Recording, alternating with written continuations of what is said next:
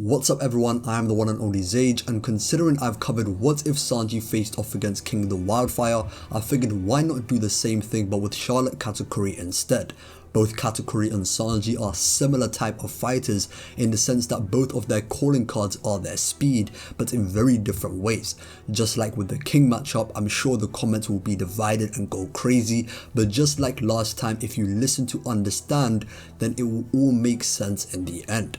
Before we delve into it though, be sure to smash the like button and subscribe to the channel, as over 80% of you that clearly enjoy the content aren't subscribed, so a sub would be greatly appreciated. Since I've been covering Sanji a lot lately, let's start with Katakuri, who is the strongest of the three sweet generals. Katakuri is the user of the Mochi Mochi no Mi, which is a special paramecia, making it one of the more unique devil fruits in this series. He can also use all three types of Haki as well as observation Haki on the advanced level.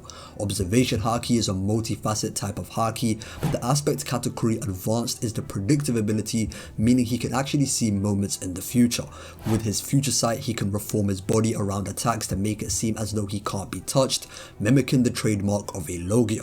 This was effective against post-Dressrosa Luffy, as Luffy wasn't fast enough to touch him even with Gear 4 Bound Man. However, once Luffy learned Future Sight, he was able to evade and land some hits even in his base form alone.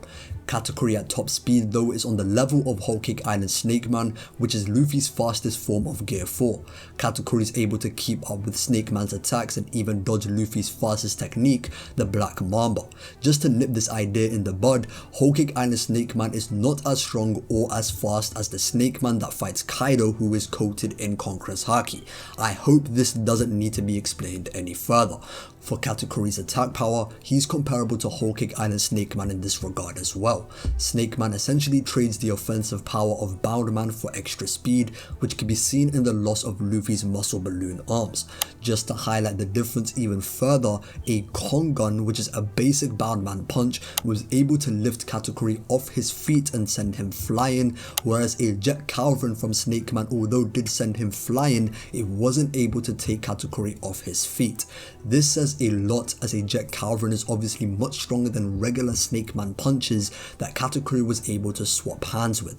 In fact, during that exchange, Katakuri damaged and overpowered Luffy's Armament Haki during one of their clashes. Katakuri's strongest technique though is the Buzz Cut Mochi, which he used twice against Snake Man. This technique allows Katakuri to trap his target due to his Mochi and slam his opponent into the ground. This technique is so powerful that it created a massive crater under Luffy, and it was also portrayed relative with the King Cobra. As for Katakuri's durability and endurance, he could defend well against Whole Cake Island Snake Man level attacks. Although he was pushed back by the Jet Calvin, it wasn't as bad as the Kongun, which completely overwhelmed Katakuri's defenses. Katakuri's endurance is definitely his weakest attribute, as for the duration of this almost 12-hour fight, Luffy was only a real threat to him for the last 32 minutes, as that's how long the fight against Snake Man was. Luffy did awaken Future Sight at least 2 hours before using Snake Man. However, during this time, Luffy was fighting in base and Katakuri was convincingly overwhelming him this entire time. There's also this chart that gives a fight breakdown of how many attacks both Katakuri and Luffy landed throughout the fight, and ultimately it didn't take that many for Luffy to defeat the strongest sweet general. Lastly, Katakuri has awakened the Mochi Devil Fruit, which allows him to turn his environment to Mochi and gives him extra versatility. His Mirror Mochi technique allows him to smother his target in order to suffocate them, and his Rainfall Mochi is used to crush his opponents in Mochi. As for his strongest awakening techniques, they come from his Unstoppable Donuts, which are essentially huge edged Mochi fists. These consist of the Power Mochi, which was strong enough to send a post-Dressrosa Gear 4 flying, and the Mochi Anemone, which is a barrage of punches that overwhelmed base Luffy. Anyways, that does it for Katakuri, so now we can move on to Vinsmoke Sanji. Similar to Katakuri, Sanji's best attribute is his speed. However, instead of relying on seeing the future, Sanji's speed is based on his physical ability. As you've probably heard me explain on a number of occasions at this point, Sanji has two modes of speed. The first being his normal or base speed, which is fast, but he can still be tagged by the likes of Queen's Henry Queen technique and the Queen Winch. The second mode is Sanji's vanishing speed, where he's able to move so fast that Queen can't even see him.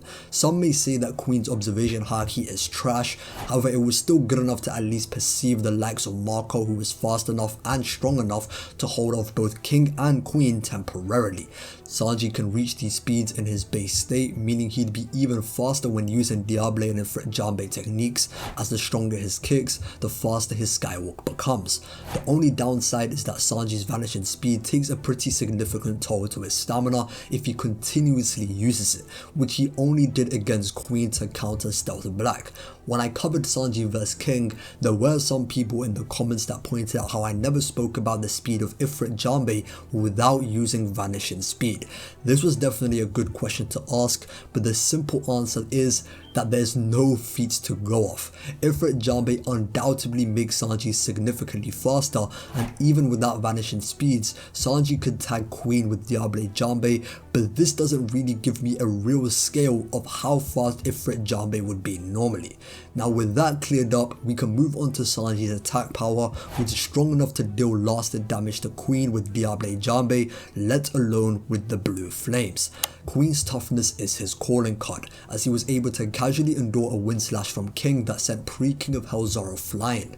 Queen even endured Marco's Phoenix brand, but this dealt more significant damage than King's slash. In Udon, Queen fought base Big Mom and was able to endure her attacks, remain conscious, and leave the fights with minimal injuries. Sanji's Hell memories were so strong that it sent Queen flying through a wall into another corridor, and even basic Diable Jambe attacks such as the Flanchette strike put Queen on his knees. However, these techniques can't be compared to any Ifrit Jambe technique due to there being more speed behind each attack, meaning that Ifrit Jambe is significantly more powerful. With a 9 technique combo, Sanji not only was able to defeat Queen, he kicked him off the island entirely. Lastly, for Sanji's durability, he was capable of enduring both the Henry Queen and the Queen Winch, but the Queen Winch technique did do more noticeable damage. Queen's version of the Germa abilities was his trump card against Sanji to prove he's a better scientist than judge. This arguably means these techniques are stronger than techniques such as the Brachio Bomber and Snake. The Brachio Snake was so strong it could instantly crush all of pre-awakened Sanji's bones, and the Brachio Bomber was able to deal some damage to base Big Mom. There's even these cracking sound effects due to the bomber, and Big Mom said her head was killing her as her memories returned. This makes Sanji's feat of enduring the Henry Queen and Winch even more impressive. Now with both Katakuri and Sanji's abilities fully covered, who would actually win if they faced off? Right off the bat, we can wrap up the speed section, as it's very clear that Katakuri has no chance of keeping up with Sanji's vanishing speed. Katakuri's speed is firmly below post-Udon Luffy, who trained his physical ability after already matching Katakuri's level of observation haki in Whole Cake Island. There is no speed scaling that suggests that Katakuri can move faster than what Queen can see, which Vanish Mode Sanji can do without even using Diable or Ifrit Jambe.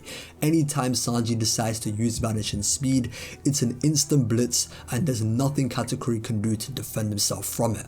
Katakuri would definitely have the upper hand when Sanji's using his normal speed, however the gap isn't as significant, and Sanji can land a couple of attacks considering base Luffy post Future Sight was able to react and land a couple of attacks on Katakuri too.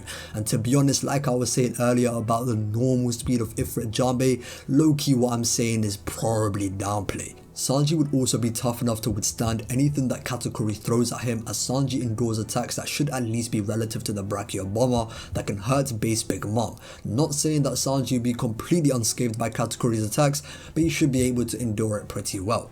It's also very telling how Luffy was able to match Katakuri's giant awakened punch with Gear 3rd, when Katakuri's regular edged Mochi punches can swap hands with basic Snake Man punches, which is further proof that Sanji can definitely endure these caliber of attacks. However, Katakuri would definitely be getting overwhelmed by even Diable Jambe attacks, as it can deal lasting damage to Queen, who should be more durable than Katakuri, especially considering a Kongan from post Dressrosa Luffy could overwhelm Katakuri's defenses. Then he has no chance against Sanji's Ifrit Jambe. It's even worse when you consider the fact that Page 1 can endure post Udon Gear 3rd punches, which should be stronger than regular Snake Man punches that could damage Katakuri. Katakuri. Queen is far more durable than Page 1, as part of the reason why they are named calamities is due to their toughness, which Sanji has proven to easily overwhelm with Ifrit Jambe. Some may speak to Katakuri being able to fight for at least 10 hours, but the reality is his endurance is not that great for those around his tier of strength. He is reliant on his future sight to stay in a fight for a long period of time, as we've seen versus Luffy. As I mentioned before, this breakdown of the fight counts Luffy using 13 attacks to defeat Katakuri, whereas Katakuri used over 100 in the fight.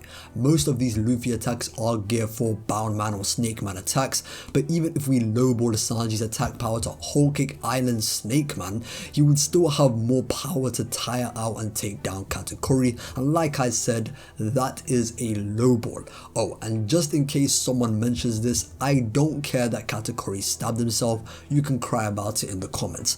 The whole point was to take away the advantage that he had received from Flampe, allowing him to get a free fatal attack on Luffy. As of this recording, we are like 6 years removed from this fight, so if you still don't understand that Katakuri stabbing himself was to make the fight fair, not to nerf himself or give Luffy an advantage, then I guess you'll just never get it.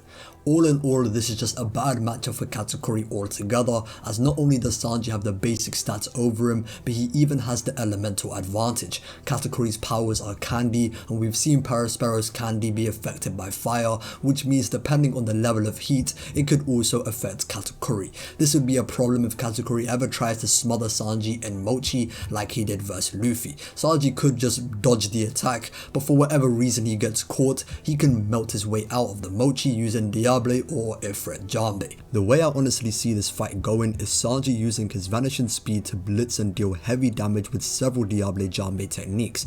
Katakuri might take back control of the fight while Sanji recoups a bit of stamina, and after that's done, the 9 Ifrit combo that he used versus Queen should be more than enough to kick Katakuri out of the ring. Anyways, that's all for this topic, so if you enjoyed, be sure to smash the like button and subscribe to the channel, that'd be much appreciated. I've been the one and only Sage, and until next time.